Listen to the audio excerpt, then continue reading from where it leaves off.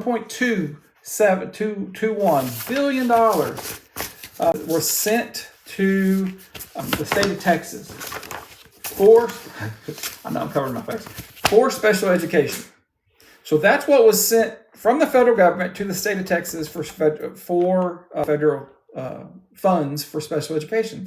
In order to receive those funds, a school district must follow IDEA.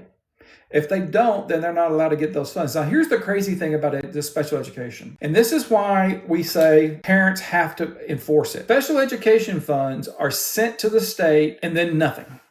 There is no follow-up. There is no report that has to go back to the federal government, that the school district has to send to the state. There is no explanation of how those funds have been used. They're allocated, and then that's it. And that's the problem we have with special education.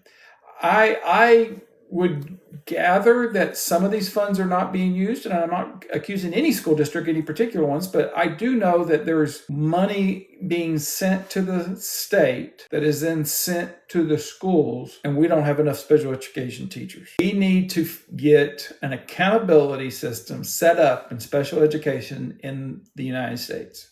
We do not have one.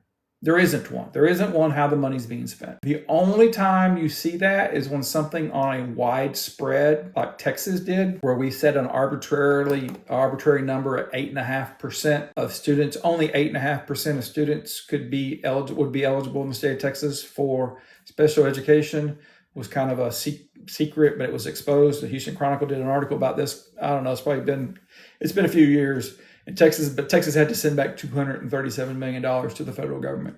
That's the only time it ever happens, is when something gets exposed like that, which is a systematic issue. But it's a systematic issue now because schools and states don't have to account for any of the money. And when you have this kind of money and you have no accountability, it lends itself to misuse of funds. It just does. We see that time and time again. Even when there's an audit, even when there's an accountability, people misuse funds. But if there's no accountability, what are the odds that everybody's doing it 100% right? I would gather that there's probably a significant amount of money not going where it needs to go.